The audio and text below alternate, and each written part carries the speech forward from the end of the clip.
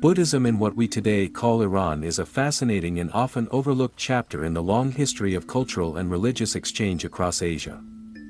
Long before the modern nation-state of Iran existed, the broader Iranian cultural sphere included not only the Iranian plateau but also large swaths of Central Asia and regions extending toward the Indian subcontinent. These lands were crossroads where ideas, goods, languages, and religious traditions converged. In this cultural mosaic, Buddhism made its presence felt early on, first as a foreign import and later as a local and regional practice with real historical impact. Buddhism first reached the edges of Iranian cultural geography within a few centuries after the death of the historical Buddha. Historical and archaeological evidence suggests that contacts between Iranian peoples and the early Buddhist world began as early as the life of the Buddha himself. Buddhist legends preserved in ancient sources such as the Pali tradition speak of merchants from Bactria, an Iranian-speaking region centered in modern Afghanistan, who met the Buddha and returned to establish places of veneration.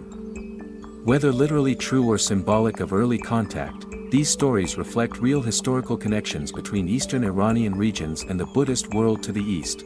Under the Mauryan Emperor Ashoka, 3rd century BCE, Buddhism spread widely throughout northern India and well into the northwestern frontiers that bordered Iranian-speaking regions.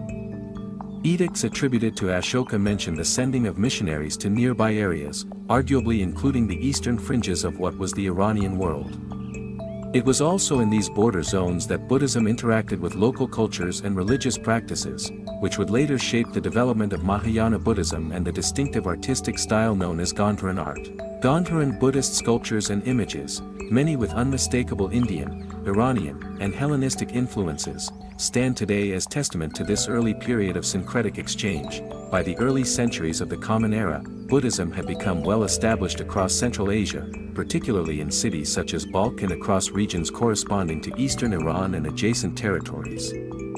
This eastern zone, often described in historical sources as Khorasan and Transoxiana, was an integral part of the Silk Road network that linked China, Persia, India, and the Mediterranean. Buddhist monasteries, stupas, and communities flourished here, serving not only as centers of religious practice but also hubs of learning and translation. Buddhist monks from Iranian-linked regions were among the earliest to translate Buddhist texts into Chinese, indicating that Iranian Buddhists played an active role in spreading the religion farther east. Chinese pilgrimage accounts from the 7th century provide vivid, if indirect, evidence of the prosperity of Buddhism in lands west of India and along routes that today lie within or adjacent to Iran. The Chinese monk Xuanzang, who traveled between 629 and 645 CE, described rich Buddhist communities and monastery complexes in areas such as Bao, where religious life was vibrant and interconnected with local trade and cultural practices. Although Xuanzang did not find significant Buddhist presence in the heartlands of the Sasanian Empire, the dominant Iranian polity of the time, his accounts still point to a thriving Buddhist world in the broader Eastern Iranian cultural sphere. In pre-Islamic Iran, especially during the Sasanian period, 224 to 651 CE, Buddhism did not enjoy the same official status as Zoroastrianism, which was established as the state religion and closely tied to imperial authority. On the contrary, Buddhist communities in Sasanian realms sometimes faced persecution, and many Buddhist monuments in regions under strict Sasanian control were destroyed or abandoned. The Sasanian state's promotion of Zoroastrianism inevitably limited the public expression of other religions, including Buddhism. Yet, in the furthest eastern provinces, regions that were more culturally and economically integrated with Central Asian networks, Buddhism continued to thrive relatively independently. Despite state pressures, the legacy of Buddhist influence persisted not only in material remains but also in cultural memory.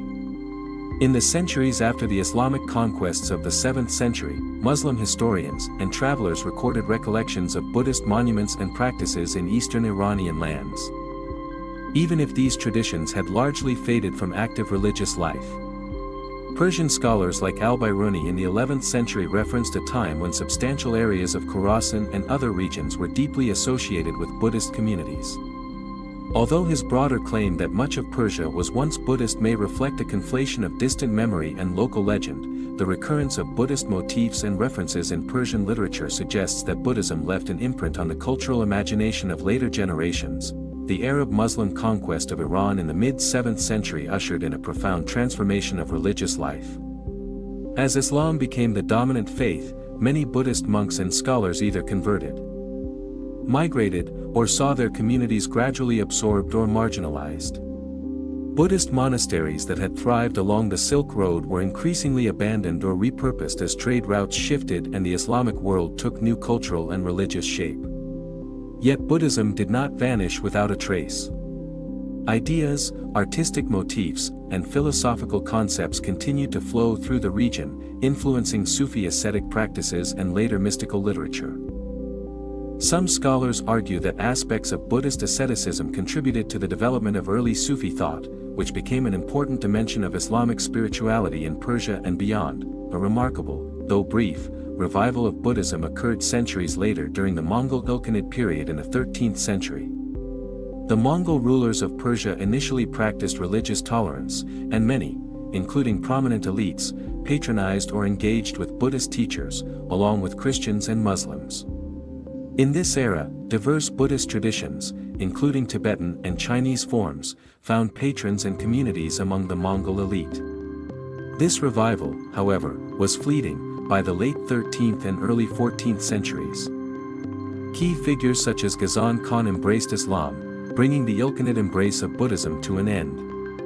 Although Buddhism as an organized religion did not endure in Iran after this period, its influence in art, thought, and historical memory persisted. Modern archaeological discoveries continue to reshape our understanding of Buddhism's footprint in Iranian lands.